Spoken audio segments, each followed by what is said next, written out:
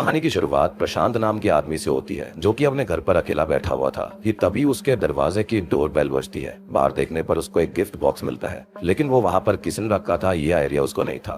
तभी प्रशांत पूरा दिमाग लगाता है और उस बक्से को बिना कुछ सोचे अंदर ले आता है। इसके बाद अंदर लाकर वो उस बक्से को खोलता है। इसके अंदर एक मॉडल था जो कि असल में एक थिएटर का था। इस थिएटर का नाम पैराडाइज थिएटर होता है। तो बात करें प्रशांत के बारे में तो ये असल में एक मूवी रिव्यूअर है जो कि यूट्यूब पर मूवी रिव्यूज वीडियो बनाता है। और ये बात हमको पता चलती है उसके कमरे में रखे गए सिल्वर प्ले बटन से। खैर गिफ्ट तो उसको मिल गया था और अब आता है उसके पास एक कॉल जो कि किसी आदमी का था। वो आदमी उसे उसके गिफ्ट के बारे में बताता है। दरअसल यहाँ पर प्रशांत को एक मूवी की स्पेशल स्क्रीनिंग पर बुलाया गया था। इस स्पेशल स्क्रीनिंग में प्रशांत की फैमिली भी इनवाइटेड थी। अब इस फिल्म स्पेशल स्क्रीनिंग में प्रशांत का परिवार भी शामिल था, यानी कि इनवाइटेड था। लेकिन प्रशांत अकेले ही वहाँ पर जाता है और अंदर आकर वो ये देखता है कि पूरा थिएटर जो था वो खाली था और वहाँ पर एक मूवी लगी हुई थी जिसका नाम है हिचकॉक बाय एच.पी. रुद्रराज। अब यहाँ पर एच का मतलब हिचकॉक, मतलब डायरेक्टर ने अपनी ही फिल्म का नाम अपने ही नाम से रख दिया और इस चीज का मजाक प्रशांत भी बनाने लगता है। लेकिन वहाँ पर अचानक से कुछ हरकतें होती हैं, जैसे कि पोस्टर की लाइट फ्लिकर हो रही थी या फिर थिएटर का दरवाजा बंद हो जाता है। लेकिन इस पर प्रशांत इतना ध्यान नहीं देता। उसको लग रहा था ये सब शायद से मूवी वालों का ही काम होगा। अब इसके बाद एक आदमी प्रशांत के सामने आता है और वो उसे अपने साथ थिएटर की तरफ ले जाने लगता है। वहाँ पर कोई भी नहीं था और वो उस आदमी से इसके बारे में पूछता भी है, जिस पर यह व्यक्ति ये बोलता है कि ये शो स्पेशली उसके लिए ही रखा गया है। इतना कहकर वो आदमी वहाँ से चला जाता है। इसके बाद में फिल्म शुरू होती है और फिल्म 1998 की टाइमलाइन पर बेस्ड होती है। अब इस कहानी के अंदर पुलिस वालों को कई सारी लाशें मिलती हैं जिनको खत्म कर दिया गया था और इन खूनों में एक सिमिलैरिटी थी कि जितने भी लोग मारे गए थे वो कुछ मूवी रिव्यूअर के परिवार वाले थे और ये मूवी रिव्यूअर वही है जो कि मूवी को गलत रिव्यू करके पूरी मूवी बर्बाद कर देते हैं, यानी कि जानबूझकर नेगेटिव रिव्यू देते हैं। तो आपको समझ में आ गया होगा कि ये मूवी किसको टारगेट कर रही थी, यानी कि उन मूवी रिव्यूअर्स को जो कि मूवी का नेगेटिव रिव्यू देकर मूवी को फ्लॉप करवा देते हैं, क्योंकि नेगेटिव मूवी रिव्यू देखकर कोई भी मूवी देखने नहीं जाता। अब सवाल ये था कि आखिरकार ये साइको किलर है कौन, और फिर नाम आता है हिचकॉक रुद्रराज का। जिसके बाद में मूवी के अंदर हिचकॉक आता है जो कि उसी थिएटर के अंदर खड़ा हुआ था। ये देखकर प्रशांत काफी डर जाता है। अब वो पीछे देखता है जहाँ पर हिचकॉक खड़ा हुआ था और तभी कई सारी ऑडियंस भी वहाँ पर अचानक से आ जाती है। तभी वही आदमी प्रशांत के पास प्रकट हो जाता है जो कि उसको अंदर थिएटर में लेकर आया था और ये असल में हिचकॉक का असिस्टेंट होता है। अब वो ये कहता है कि सभी को रुद्रराज की फिल्म को प्यार से देखना चाहिए और मूवी के बारे में गलत बोलना या फिर अपमान करना रुद्रराज को बिल्कुल पसंद नहीं आता। ये सब देखकर प्रशांत बहुत ही सहम गया था क्योंकि वो भी एक मूवी रिव्यू देता था। अब आगे फिल्म में बताया जाता है कि एक दिन रुद्रराज को मार दिया गया था, लेकिन इसके बावजूद भी वो वापस लौट आया और दोस्तों को पता चलता है कि असल में रुद्रराज अब भूत बन चुका है और वो उन मूवी रिव्यूअर्स के परिवार वालों को और उन सबको जान से मार डालता है जो कि नेगेटिव रिव्यू देते हैं। ये सब देखकर प्रशांत वहाँ से भागने लगता है और अच्छी बात ये थी कि कम से कम वो अपने परिवार वालों को लेकर नहीं आया, लेकिन रुद्रराज उसके सामने अचानक आ जाता है। इसके बाद प्रशांत रुद्रराज को देखता है जो कि एक आदमी को सिर्फ इसलिए मार देता है क्योंकि वो थिएटर के अंदर टाइम पास करने आया था, यानी कि मूवी देखने नहीं आया था। और ये देखकर प्रशांत बहुत ही ज्यादा सहम गया था। वो वहाँ से भागने लगता है, लेकिन तभी रुद्रराज उसके सामने एक और पीटिक वाले आदमी को मार डालता है। खैर अब बारी आती है प्रशांत की और हिचकॉक उसे खींचकर अपने साथ ले जाता है। अब मूवी आगे बढ़ी उससे पहले मैं आपको बताना चाहूंगा कि हिचकॉक, रुद्रराज और उसका असिस्टेंट दोनों ही मारे जा चुके हैं और उन्हीं का भूत यहाँ पर भटक रहा था और ये सब कर रहा था। अब मरने से पहले भी ये लोग गलत मूवी रिव्यू देने वालों को जान से मार दिया करते थे और मरने के बाद तो उन्होंने काम जारी रखा ही है। खैर अब यहाँ से सीन बदलता है जहाँ पर हमको एक और मूवी रिव्यूअर के बारे में बताया जाता है जिसका नाम है किस्सा। अब उसके यूट्यूब चैनल का नाम है किस्सा 47। किस्सा यहाँ पर काफी अच्छे से मूवीज को रिव्यू करता है और कई लोगों को किस्सा पसंद भी नहीं है, लेकिन लोग उसको हेट भी करते हैं, लेकिन किस्सा किसी से नहीं डरता। असल में उसकी एक इन्फ्लुएंसर गर्लफ्रेंड भी है जिसका नाम है हर्षिनी। अब किस्सा के परिवार के अंदर उसके माता पिता और एक बहन है। किस्सा की जो पिता है वो ऑटो चलाते हैं। खैर एक दिन किस्सा अपने घर में बैठकर अपनी वीडियो के कमेंट्स को पढ़ रहा होता है कि तभी उसके पास कॉल आता है जो कि हिचकॉक ने खुद किया था। वो उससे बात करता है और उसे ये तक बता देता है कि वो अभी उसके रिव्यू वीडियो के कमेंट्स को ही पढ़ रहा था, लेकिन किस्सा इसे किसी हेटर का फोन समझकर कॉल को कट कर देता है। लेकिन अचानक से किस्सा के सामने वो गिफ्ट बॉक्स आता है जो कि प्रशांत को भी मिला था। तभी किस्सा के पास दोबारा कॉल आती है जो कि हिचकॉक की ही थी। वो उसे बताता है कि उसे एक स्पेशल मूवी स्क्रीनिंग के लिए बुलाया गया है। तब किस्सा उससे मूवी का नाम पूछता है और हिचकॉक मूवी का नाम बताता है, जो कि इसी मूवी का टाइटल है, यानी कि डीडी नेक्स्ट लेवल, मतलब कि डेविल्स डबल नेक्स्ट लेवल। मतलब कि इस मूवी के अंदर एक और मूवी चलने वाली है जिसका नाम डीडी नेक्स्ट लेवल होगा। खैर अगले दिन किस्सा की गर्लफ्रेंड हर्षिनी वहां पर आती है। किस्सा के पिता उससे चिढ़ते थे क्योंकि उसने कई दुश्मन पाल रखे हैं, यानी कि अपने मूवी रिव्यू की वजह से। खैर अब हर्षिनी किस्सा से मिलती है और वहां पर उसके परिवार वाले भी थे। तभी वो लोग वहां पर वही थिएटर का छोटा सा मॉडल देखते हैं, इसके अंदर एक गोल्डन टिकट भी थी। किस्सा उनको बताता है कि उनको स्पेशल स्क्रीनिंग पर वो लेकर जाएगा, यानी कि डीडी नेक्स्ट लेवल स्क्रीनिंग पर। खैर अब सीन आगे बढ़ता है जहाँ पर किस्सा खुद सबसे पहले थिएटर वाली जगह पर जाता है, जो कि बिल्कुल अबैंडन थी, खाली पड़ी हुई थी। इसको देखकर किस्सा समझ चुका था कि यहाँ पर कुछ ठीक नहीं है और इसलिए वो खुद वहाँ से भागकर अपने घर आता है। लेकिन वियर्ड बात ये थी और शॉकिंग बात ये थी कि घर पर ताला लगा हुआ था, क्योंकि सबके सब स्पेशल स्क्रीनिंग पर चले गए थे। अब ये देखकर किस्सा जल्दी से उनको रोकने जाता है। तभी दूसरी ओर होता यह है कि किस्सा के पिता जो होते हैं वो ऑटो से सभी को लेकर वहां पहुंच जाते हैं और उस थिएटर के अंदर जाने लगते हैं जहां पर कोई भी नहीं था। वहां पर एक छोटी शिप का मॉडल भी रखा हुआ था। मतलब कि ये जो मूवी है यानी कि डीडी नेक्स्ट लेवल, वो एक शिप पर बेस्ड है, यानी कि शिप के सेट पर है। खैर वहां पर हिचकॉक का असिस्टेंट आता है और उन लोगों को अंदर लेकर जाने लगता है, जहाँ पर कई लोग बैठे हुए थे और ये सभी के सभी भूत होते हैं। अब दूसरी ओर किस्सा उनको कॉल करने लगता है, लेकिन कॉल नहीं लग रहा था। तभी वो असिस्टेंट उनको मूवी थिएटर में उनकी सीट पर बैठा देता है और वहां से चला जाता है। तभी हम दो आदमियों को भी देख पाते हैं जिनका नाम बाबू और मनी होता है, और ये दोनों भी मूवी रिव्यू करते थे, जो कि जबरदस्ती थिएटर के अंदर घुस आते हैं। अब असिस्टेंट उनको वहां आने से मना करता है, लेकिन वो जबरदस्ती करने लगते हैं। तब असिस्टेंट उनको अंदर आने देता है, क्योंकि थे तो वो लोग भी रिव्यूअर्स ही। और इसके बाद किस्सा वहां पर आता है और अपने परिवार को ढूंढने लगता है, लेकिन बाथरूम के अंदर उसको वो दोनों मिल जाते हैं, यानी कि बाबू और मनी, जो कि वहां पर सिगरेट पी रहे थे और नशा कर रहे थे। उनको छोड़कर अब किस्सा थिएटर के अंदर घुस जाता है, जहाँ पर कई लोग बैठे हुए थे जो कि भूत ही होते हैं, लेकिन उसका परिवार उसको कहीं देख नहीं रहा होता। साथ ही साथ मूवी के अंदर एक कातिल भी था जो कि एक लड़की के पीछे पड़ा हुआ था। वो उस लड़की पर हमला कर देता है और किस्सा उस आवाज को सुनता है जो कि उसकी माँ की लग रही थी। और यहाँ पर सही से देखने पर किस्सा को एहसास होता है कि फिल्म के अंदर उसकी माँ ही थी और वो कातिल फिल्म के अंदर उसकी माँ को खत्म कर देता है। तभी अचानक से स्क्रीन बंद हो जाती है और तभी किस्सा को एक टॉर्च होती है जो कि जमीन पर मिलती है। उसे उठाने के बाद जब वो खड़ा होता है तब सारे लोग वहां से गायब हो गए थे। ऑब्वियस सी बात है, भूत थे तो सारे के सारे गायब हो जाते हैं। और टॉर्च इधर उधर करने पर किस्सा को वहां पर एक भूत और कुछ लोगों के साथ वो कातिल दिखता है। लेकिन तभी हिचकॉक वहां पर आकर किस्सा को मूवी के अंदर ही डाल देता है। किस्सा के साथ साथ अब मनी और बाबू भी अंदर चले गए थे। थोड़ी देर के बाद में ये तीनों अपने आप को फिल्म के अंदर ही पाते हैं, जो कि एक क्रूज शिप थी। यहाँ पर वो लोग भी उसी शिप पर फंस चुके थे और ये सब किस्सा समझ गया था कि उसके साथ क्या हुआ है। लेकिन यहाँ भी बाबू और मनी को मजाक मस्ती सूझ रही थी। वो फिल्म की एक बहुत ही हॉट मॉडल को देखते हैं और उसके पीछे जाते हैं। साथ में किस्सा को भी वो ले गए थे और बाथरूम में छुपकर वो उस मॉडल को देख रहे होते हैं। अब इस सीन के अंदर कातिल उस मॉडल को मारने वाला था, लेकिन मनी की ठड़क के चलते मनी बीच में आ जाता है और वो किलर मनी के सर में कुल्हाड़ी मारकर उसको खत्म कर देता है। ये देखकर वो दोनों भी समझ जाते हैं कि उनके साथ भी ऐसा हो सकता है और इसलिए वो दोनों वहाँ से भागते हैं और क्रूज के ऊपर आते हैं। और वो दोनों सोचने लगते हैं कि वो यहाँ से बाहर कैसे निकलेंगे कि तभी उन्हें हिचकॉक की आवाज आती है, जो कि उन्हें स्क्रीन के बाहर से देख रहा था। अब ये लोग हिचकॉक की आवाज सुन सकते थे, लेकिन स्क्रीन के बाहर नहीं निकल पाते। तभी वो उनको ये बताता है कि यहाँ से ये लोग तभी बाहर निकल सकते हैं जब वो मूवी के आखिर तक बचे रहेंगे। और वो उनको सजा दे रहा था मूवी को नेगेटिव रिव्यू करने की वजह से, क्योंकि उनकी वजह से कई मूवीज पिट जाती थी, जैसे कि हीरोपंती 2। और यहाँ पर ये काफी हंसी वाली बात थी। एनीवेज इसके बाद में हमें मूवी के कास्ट को दिखाया जाता है, जिसके अंदर थे डिटेक्टिव वासुदेव, उनके असिस्टेंट का नाम होता है डिटेक्टिव किंग्सली, और एक आदमी होता है जिसको सारी भाषा आती थी जिसका नाम है मरन, और आखिर में होता है ये मास्क वाला कातिल। और ये मास्क वाला किलर जो है ये मूवी का चैप्टर 1 है। इसी बीच मास्क किलर वहाँ पर आ जाता है, जिसको देखकर वो दोनों भागने लगते हैं और वो भागते हुए एक पार्टी में पहुंच गए थे। अब पार्टी के अंदर किस्सा अपनी माँ को देखता है, जो कि मॉडल डांसर बनी हुई थी। उसके पिता क्रूज शिप कैप्टन थे और उसकी बहन भी वहीं पर थी, लेकिन उसकी गर्लफ्रेंड यानी कि हर्षिनी वहाँ पर नहीं होती। तभी उसे आवाज आती है हिचकॉक की, जो कि उसे बताता है कि उसकी गर्लफ्रेंड जहाँ पर भी है उसे ही पता लगाना पड़ेगा, लेकिन सबसे पहले उसे अपनी माँ को बचाना होगा। अब यहाँ वो समझ चुका था कि सबसे पहले वो कातिल उसकी माँ को ही पकड़कर मार डालेगा, जैसे कि उसने पहले देखा भी था। अब किस्सा पूरी पार्टी को रुकवाता है और सबको बताने की कोशिश करता है कि उनके बीच एक कातिल घूम रहा है जो कि उसकी माँ को मारना चाहता है। लेकिन यहाँ पर उसकी माँ जो होती है वो उसे पहचान नहीं पाती, क्योंकि अब वो मूवी की ही किरदार बन चुकी थी और वो उसकी बातें बिल्कुल नहीं मानते। सिमिलरली कोई भी उसको नहीं पहचान पा रहा था। तभी वहाँ पर डिटेक्टिव वासुदेव आता है और मूवी का यही मेन हीरो है जो कि उसे रुकने के लिए कहता है। और यहाँ पर उसे देखकर किस्सा खुश हो जाता है क्योंकि उसके सामने मूवी का मेन हीरो था। लेकिन अगर वारदात से पहले हीरो को कुछ बताया जाएगा तो ऑब्वियसली वो मान थोड़ी जाएगा, और वो भी सबकी तरह यहाँ पर छुट्टी मनाने आया था। यानी कि अभी वो हीरो नहीं था लेकिन बाद में जाकर बनने वाला था,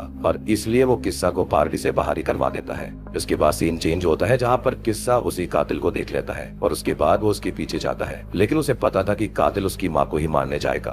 अब दूसरी ओर उसकी माँ काफी तेज म्यूजिक सुन रही थी। किस्सा को पता था कि कातिल म्यूजिक की आवाज सुनकर ही उसकी माँ के कमरे में जाएगा, और इसलिए वो अपनी माँ के म्यूजिक स्पीकर को दूसरे खाली वाले रूम में रख देता है, जिससे कि वो कातिल दूसरे रूम में चला गया था। लेकिन होता यह है कि उस रूम का दरवाजा अपने आप ही बंद हो जाता है, जो कि हिचकॉक की वजह से हुआ होगा, और उस रूम के अंदर किस्सा फंस गया था। अब यहाँ पर ये कातिल किस्सा के ऊपर हमला करने लगता है, लेकिन तभी किस्सा वहाँ से भागने की कोशिश करता है। अब वो कातिल से लड़ता है, जहाँ पर कातिल को इलेक्ट्रिक स्विच की तरफ फेंक देता है, जिससे कि कातिल वहीं पर मारा गया था, जिससे कि किस्सा काफी खुश होता है। लेकिन अगले ही सीन में कैप्टन सबको बताता है कि इसकी वजह से उनकी शिप खराब हो गई है, जिसको सुधारने में वक्त लगेगा, और इसलिए वो लोग चाहे तो पास वाले आइलैंड पर जा सकते हैं, जहाँ पर एक होटल भी मौजूद था। अब ये सुनकर सभी लोग लाइफ बोट से वहां पर जाने लगते हैं, और यहाँ से शुरुआत होती है इसके सेकंड चैप्टर की, जिसका नाम होता है मिस्टिक आइलैंड। अब वो आइलैंड की तरफ बढ़ रहे थे कि तभी किस्सा को आवाज आती है उसकी गर्लफ्रेंड की, लेकिन उसकी गर्लफ्रेंड उसे कहीं पर भी नजर नहीं आती, और वो उन्हें इस आइलैंड पर वेलकम कर रही थी।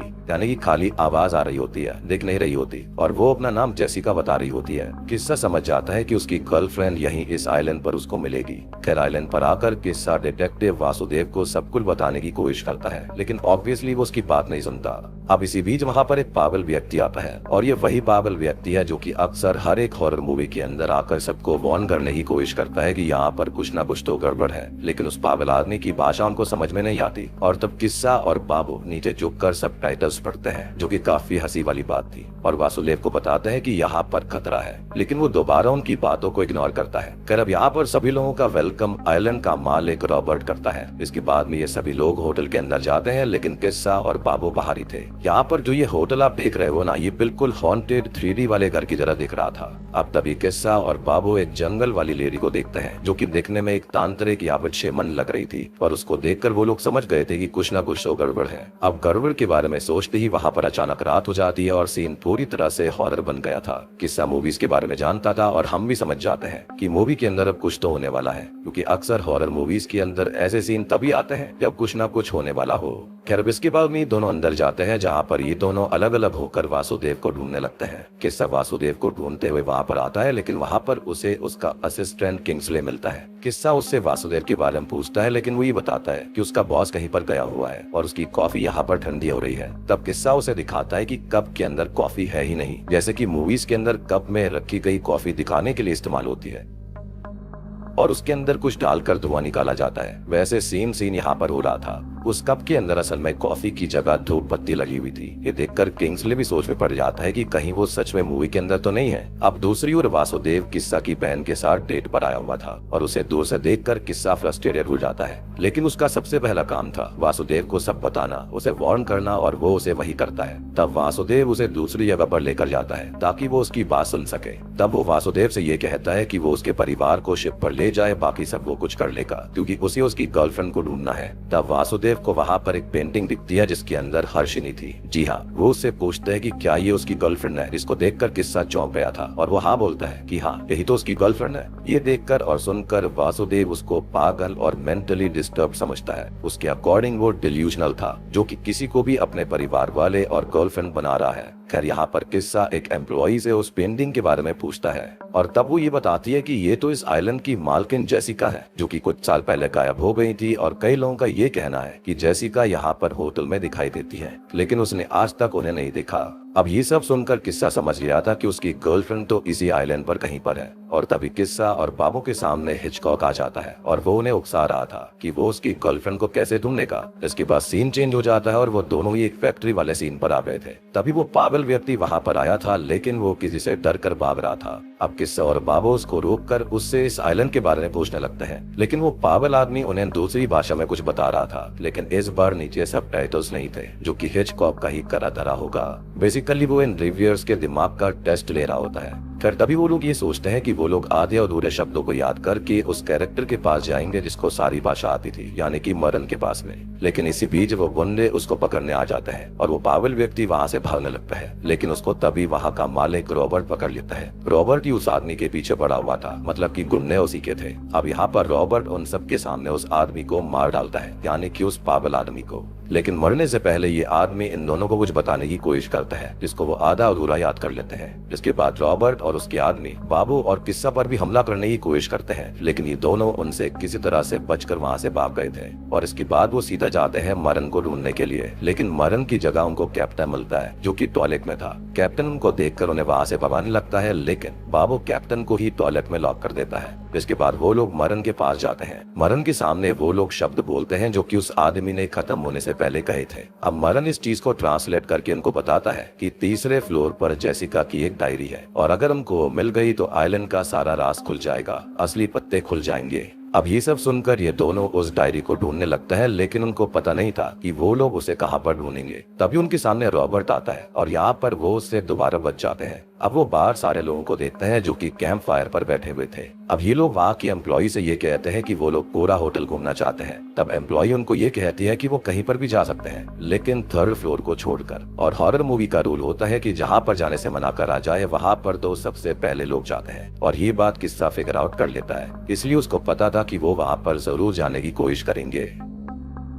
खैर अब सीन बदलता है और हम देखते हैं कि ये सारे लोग ऊपर तीसरे फ्लोर पर जा रहे थे और दूसरी ओर वासुदेव जो होता है वो होटल के बाहर ही सिगरेट पी रहा होता है कि तभी वो वाटर पाइपलाइन को देखता है जिसमें से खून निकल रहा था। खैर अब वो उस पाइपलाइन का पीछा करते हुए एक रूम की तरफ जाता है जहाँ पर चुपके से वो उसी एम्प्लॉय को देखता है जो कि इंसानी मांस को खा रही थी और उसके फ्रिज के अंदर उसी पागल आदमी के टुकड़े पड़े हुए थे। मतलब कि ये सारे के सारे लोग कैनिबल्स थे और ये सीधा सीधा पैरोडी होती है रॉन्ग टर्न फिल्म की। खैर अब इसके बाद में वो एम्प्लॉय उस इंसानी मांस को एक कॉटेज के अंदर लेकर जाती है जिसकी पीछे पीछे वासुदेव भी गया था, लेकिन वहां जाकर उस एम्प्लॉय का परिवार उसको नजर आता है जिसके अंदर उसका पति और उसका बेटा था और ये तीनों ही कैनिबल्स थे। तभी वासुदेव उनके पास आता है, लेकिन वो मांस किलर तभी उसे पकड़ लेता है। मीनवाइल हम बाबू और किस्सा को देखते हैं। वो उस तीसरे फ्लोर पर जाने वाले थे, लेकिन कैप्टन उनको लॉक कर देता है क्योंकि पहले बाबू ने उसे टॉयलेट के अंदर लॉक किया था। अब दोनों ही वहां पर अटक चुके थे और वहां दूसरी तरफ बाकी के लोग तीसरे फ्लोर वाली जगह पर जाते हैं जो की खंडर थी। उन लोगों को जेसिका की डायरी मिलती है जो कि कवर्ड हो रखी थी लोहे के तारों से और ये सीधा रेफरेंस है इविल डेड की किताब का।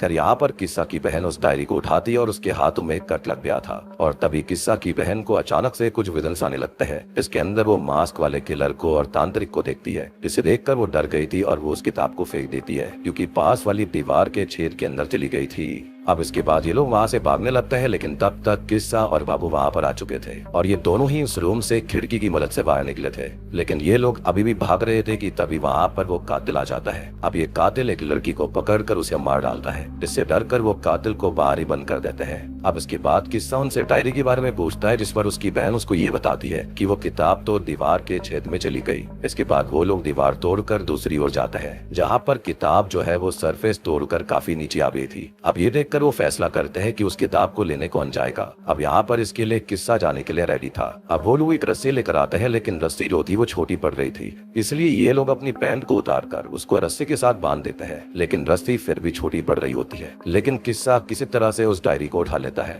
लेकिन इसकी वजह से वो किताब खुल गई थी और यहाँ पर किस्सा अपने आप को मिरर में देखता है, जहाँ पर मिरर के अंदर उसकी गर्लफ्रेंड दिखाई देती है जो कि असल में जेसिका का भूत होता है मूवी के हिसाब से। अब ये देखकर वो काफी डर जाता है। इसके बाद में वो लोग किस्सा को ऊपर खींचते हैं, लेकिन उसके साथ साथ जेसिका का भूत भी ऊपर आ गया था। अब उस भूत को देखकर सभी भागने लगते हैं। इसके बाद में जेसिका का भूत किस्सा को फेंक देता है और यहाँ पर किस्सा दोबारा हिचकॉक को लेता है जो कि उसकी मजे ले रहा था। अब किस्सा हिचकॉक से ये कहता है कि उसने तो उसकी गर्लफ्रेंड को मूवी के अंदर मार ही दिया है। तब हिचकॉक ये कहता है कि किस्सा को मूवी के अंदर ट्विस्ट बहुत ही ज्यादा पसंद है ना, तो अब यहाँ पर उसका ट्विस्ट ये होगा कि अब या तो वो अपनी भूतिया गर्लफ्रेंड को बचाएगा या फिर अपने परिवार को, ये उसके ऊपर है। तब किस्सा हिचकॉक को कहता है कि वो यहाँ से बचेगा भी और बाहर आकर हिचकॉक को मारेगा भी। अब ये सुनकर हिचकॉक मूवी के अंदर ही किस्सा के ऊपर आकर हमला करने लगता है। वो कई सारी टूटी हुई दीवारों के टुकड़े उसके ऊपर फेंक देता है, लेकिन किस्सा किसी तरह से बचकर अकेले बैठा हुआ था। वो सोच रहा था कि आखिरकार वो क्या करे। तभी उसके पास बाबू आता है और उसको भी कुछ भी समझ में नहीं आ रहा होता।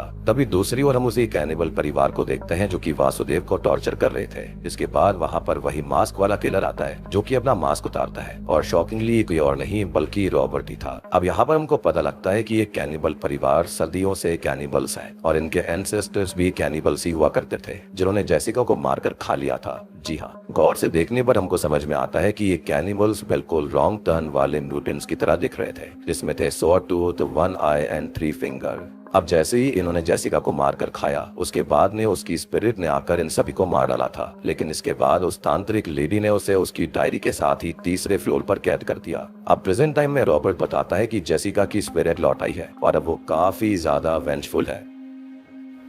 ये सुनकर वो लोग उसी तांत्रिक लेडी को बुलाते हैं जो कि उनको ये कहती है कि उन्हें अभी डरने की जरूरत नहीं है। जेसिका उन्हें कुछ नहीं कर सकती क्योंकि चंद्र ग्रहण तक वो वहीं पर कैद रहेगी यानी तीसरे फ्लोर पर। लेकिन इसके पहले ही वो उसको दोबारा लॉक कर देगी और उस स्पिरिट को ढूंढ लेगी। लेकिन इसके लिए उसे उसकी डायरी चाहिए। अब ये सुनते ही रॉबर्ट अपना मास्क पहनता है और उसके साथ ही जो होते हैं वो भी सेम मास्क पहन लेते हैं ताकि वो डायरी को ढूंढ सके। दूसरी ओर किस्सा के पिता यानी कि कैप्टन टॉयलेट में बैठे हुए थे कि तभी उसके ऊपर वो डायरी आ गिरती है। ये डायरी जेसिका की ही थी। वो उस डायरी को पढ़ना शुरू करता है और दूसरी ओर बाबू और किस्सा बाहर बैठे हुए थे जिसको अचानक से उसके पिता की आवाज आती है जो कि डायरी पढ़ रहे थे। अब जिस तरह से मूवी के अंदर एक फ्लैशबैक दिखाया जाता है सेम इसके अंदर वैसा ही होता है। ये दोनों ही फ्लैशबैक में पहुंच जाते हैं जहां पर जेसिका उन्हें अपने दोस्तों के साथ दिखती है जो कि पहली बार इस होटल पर आई थी। मतलब कि ये जेसिका की पास्ट की स्टोरी है। किस्सा समझ जाता है कि वो लोग पास्ट में आ चुके हैं। जेसिका को पास्ट में जिंदा देखकर किस्सा के अंदर एक उम्मीद जाग उठती है। लेकिन बीच में ही ये लोग प्रेजेंट टाइम में आ गए थे क्योंकि कैप्टन ने स्टोरी पढ़ना बंद कर दिया था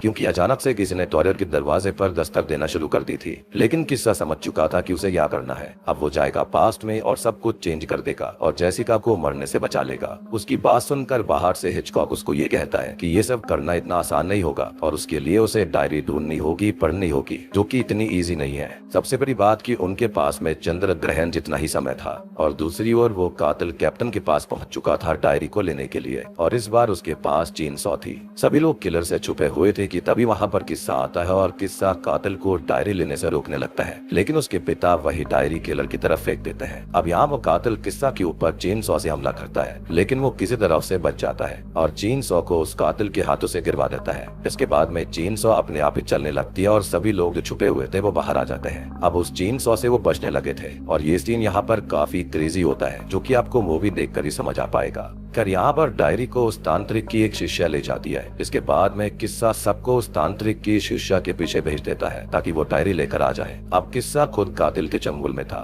लेकिन वो किसी तरह से अपने आप को आजाद करके वहाँ से बाहर निकलता है। तभी वो तांत्रिक लेडी जो होती है वो चंद्र ग्रहण होने का इंतजार कर रही थी क्योंकि उसके बाद ही वो अपना रिचुअल पूरा कर पाती जिससे कि ये लोग जेसिका को हमेशा के लिए कैद कर देते। लेकिन अब तक काफी समय बीत चुका था और चंद्र ग्रहण हो जाना चाहिए था। अब यहाँ पर चंद्र ग्रहण न होने का कारण था बाबू जो कि एक लैंप को चांद की तरह खिड़की से बाहर लटकाए बैठा था और ये बात तांत्रिक को पता चल जाती है और वो बाबू को डराकर भगा देती है। अब इसके बाद में असली चंद्र ग्रहण शुरू होता है और दूसरी ओर किस्सा की बहन छुपी हुई थी और अभी किस्सा वहाँ पर आता है लेकिन वहाँ पर वो कातिल भी मौजूद था। इसको देखकर किस्सा लाइट्स को ऑन ऑफ करने लगता है। इसके बाद में वो कातिल वहाँ से चला गया था और तभी तांत्रिक की शिष्या वहाँ पर आती है जिसके पास वो डायरी थी और इस बार वहाँ पर आती है जेसिका की आत्मा जो कि उस तांत्रिक की शिष्या को मार डालती है और डायरी पहुंच जाती है फिर से कैप्टन के पास में जो कि वहीं पर छुपा हुआ था। लेकिन डायरी को देखकर वो भाग जाता है। इसके बाद में वो डायरी की सखी माँ को मिलती है जिसे वो अपने पास ही रख लेती है और वहीं पर मरण भी छुपा हुआ था। लेकिन तभी वहाँ पर कातिल आ जाता है जिसको देखकर वो दोनों छिपे रहते हैं। लेकिन तभी वहाँ पर किस्सा भी आता है जो कि कातिल को देखकर छिप गया था लेकिन खुद को और अपनी माँ को बचाने के लिए वो मरण को ही फंसा लेता है। अब मौका देखकर वो वहाँ से भाग जाते हैं लेकिन वो कातिल उन्हें देखकर उनके पीछे पड़ गया था। अब तभी किस्सा के पिता मतलब कि कैप्टन के पास में जेसिका की स्पिरिट आती है और उससे डायरी मांगने लगती है लेकिन उसके पास डायरी नहीं थी। तभी पास वाले रूम में किस्सा आता है जिसके पास कातिल पहुंच गए थे जिनसे वो किसी तरह से लड़ता है लेकिन तभी वहाँ पर जेसिका की आत्मा आती है और उन कातिल से लड़ती है। मौका देखकर वो डायरी को लेकर भागने लगता है। उसके साथ में बाबू भी ज्वाइन हो जाता है लेकिन अब उन्हें वो डायरी पढ़नी थी ताकि वो पास्ट में फिर से जा पाए। उनके पीछे वो कातिल भी थे कि तभी वो दोनों दीवार से चिपक जाते हैं और कातिल उनको देख नहीं पाता। लेकिन तभी वो स्पिरिट वहाँ पर आकर उस कातिल को दूर फेंक देती है जिसके बाद में किस्सा जो होता है वो कहानी को पढ़ना शुरू करता है, लेकिन कुछ भी नहीं होता। दरअसल जब उसके पिता इस कहानी को पढ़ेंगे तभी वो पास्ट में जा पाएंगे, लेकिन वो स्पिरिट किस्सा और बाबू पर हमला कर देती है, जिससे कि किस्सा और बाबू को ज्यादा चोट नहीं आती। लेकिन वो डायरी उस तांत्रिक लेडी की दूसरी शिष्या लेकर भाग जाती है। इसके बाद ये दोनों ही उसका पीछा करते हैं और मेन हॉल तक पहुंच जाते हैं, जहाँ पर जेसिका की स्पिरिट भी आ गई थी। अब वहाँ पर तांत्रिक लेडी के साथ साथ ये 3 किलर्स और तांत्रिक के कुछ साथी भी थे। तांत्रिक किस्सा और बाबू को देखकर ये कहती है कि वो ये डायरी जल्दी से जला दे और साथ ही साथ वो उन दोनों पर हमला करवा देती है।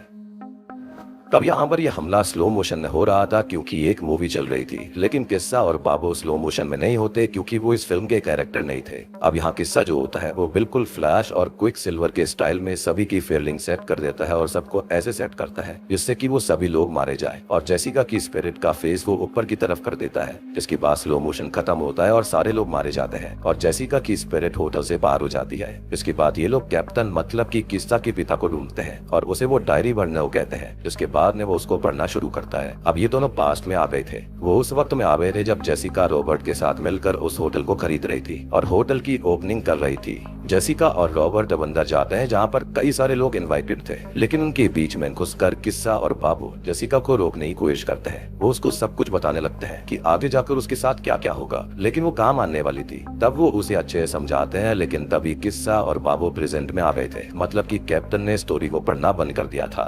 और ऐसा इसलिए हुआ था क्योंकि कैप्टन को टॉयलेट जाना था। आई मीन ये बंदा कितना टॉयलेट जाएगा, इसका पेट बहुत ज्यादा ही खराब था। एनीवेज ये लोग उसके टॉयलेट का इंतजाम करते हैं, लेकिन तभी वो स्पिरिट वहाँ पर आ गई थी, यानी कि जेसिका की स्पिरिट। लेकिन किसी तरह वो स्पिरिट का ध्यान भटकाते हैं और फिर वो दोबारा से डायरी को पढ़ना शुरू कर देता है, जिसके बाद में किस्सा और बाबू दोबारा कहानी में आ गए थे, यानी कि पास्ट में, जहाँ पर हम देखते हैं कि जेसिका को कैनिबल परिवार के बारे में पता चल चुका था और वो उन रॉन्ग टर्न वाले म्यूटेंट्स की कॉपी को देख लेती है और वहाँ से भागकर वो सीधे जाती है टेलीफोन की तरफ। लेकिन रॉबर्ट बीच में आकर उसे रोक देता है और ये कहता है कि उसने उन सारे गेस्ट को इनवाइट ही इसलिए किया था ताकि वो उन्हें मारकर खा सके, और अब वो बीच में आकर सब कुछ बिगाड़ नहीं सकती। लेकिन किस्सा और बाबू वहाँ पर आ जाते हैं और उसको संभालते हैं, जिसके बाद में रॉबर्ट अपने बाड़े के कुन्नों को बुला लेता है। किस्सा और बाबू एक एक करके उनको मारने लगते हैं और यहाँ पर जेसिका बचते हुए आती है और वो किस्सा से लिपट गई थी। लेकिन तभी ये लोग प्रेजेंट टाइम में आ जाते हैं और जेसिका स्पिरिट में बदल जाती है और फिर से कैप्टन ने कहानी पढ़ना बंद कर दिया था, और ये सब जेसिका की वजह से ही था क्योंकि जेसिका ने कैप्टन को हवा में उठा रखा था। तब जेसिका को शांत करने के लिए किस्सा गाना गाने लगता है ताकि वो जेसिका का ध्यान भटका सके, और ये काम भी कर जाता है। अब वो डायरी को चालाकी से दोबारा कैप्टन को देता है, लेकिन जेसिका को ये बात पता चल गई थी और इसलिए वो उनके ऊपर हमला कर देती है।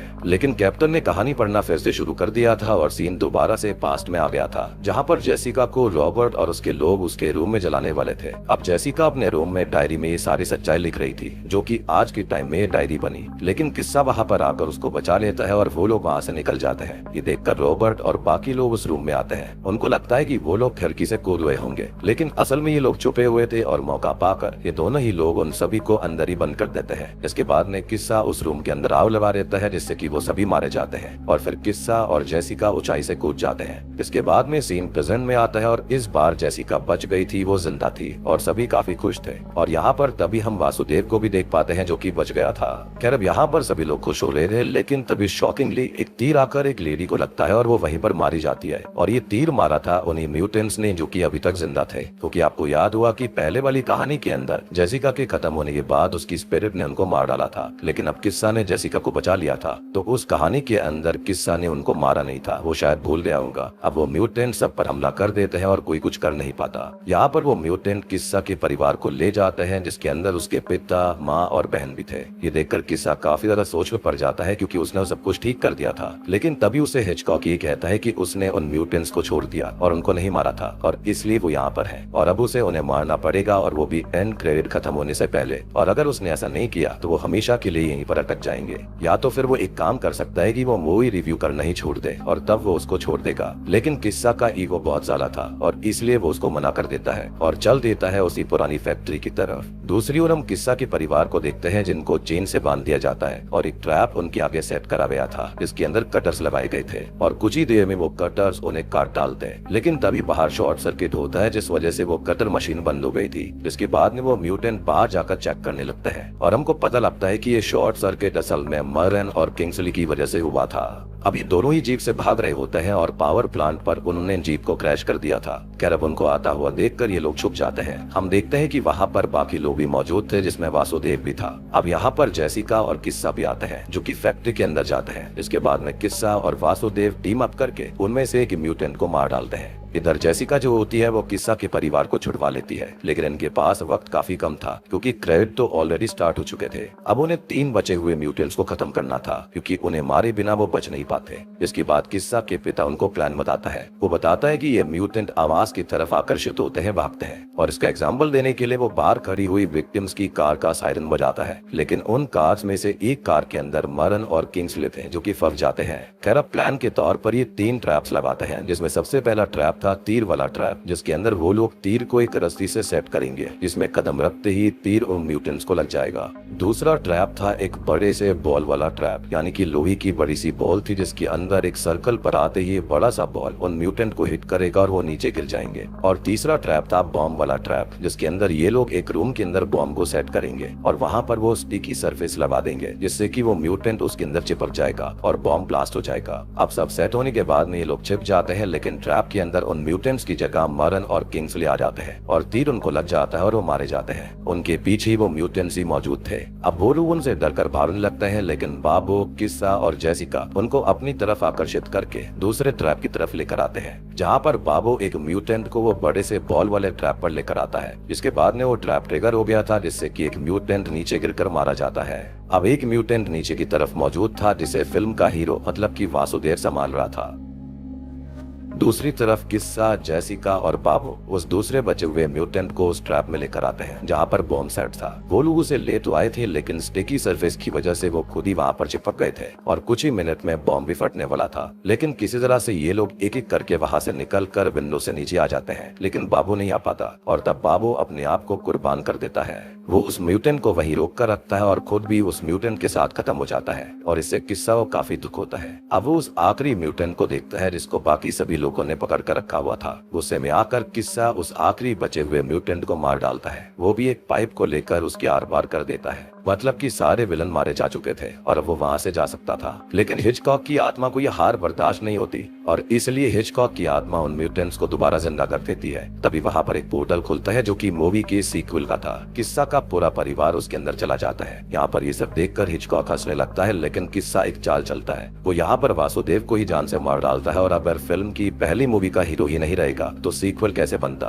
और ये सही बात थी, वो पोर्टल अपने आप बंद हो गया था और ये चाल तो यहाँ पर हिचकॉक ने भी नहीं सोची थी। जिसके बाद में ये सारे के सारे म्यूटेंट्स भी गायब हो जाते हैं। अब यहाँ पर किस्सा हिचकॉक को कहता है कि जो वो रिव्यू देता है वो बिल्कुल सच्चे होते हैं और अगर वो रिव्यू बुरी भी देगा तो कुछ भी फर्क नहीं पड़ता, क्योंकि अगर मूवी वाकई में अच्छी होगी तो लोग उसको वैसे भी देखने जाएंगे ही। ये सुनकर हिचकॉक को एहसास होता है कि किस्सा अपनी जगह पर सही है और इसलिए वो उसको माफ कर देता है। जिसके बाद में वो उसे और उसके परिवार को मूवी के उससे बाहर निकाल देता है। अब यहाँ पर किस्सा के परिवार को उसकी गर्लफ्रेंड को कुछ भी याद नहीं था। तब किस्सा उन्हें थिएटर से बाहर ले जाता है, लेकिन थिएटर के बाहर किस्सा के हेटर्स थे जो कि मीडिया को लेकर आ गए थे। वो किस्सा से जेलस हो रहे थे क्योंकि किस्सा को एक स्पेशल स्क्रीनिंग मिली थी। तब वो उन सभी को थिएटर के अंदर भेज देता है, ये कहते हुए कि वो अंदर जाकर वो भी पहले देख सकते हैं और रिव्यू कर सकते हैं। अब ये सुनकर वो सभी खुशी खुशी अंदर चले गए थे, मतलब कि अब वो सब भी हिचकॉक के ट्रैप में फंस जाएंगे और अगर गलत होंगे तो मारे जाएंगे। इसी के साथ में डीडी नेक्स्ट लेवल यानी कि devil's double next level movie यहीं पर खत्म हो जाती है।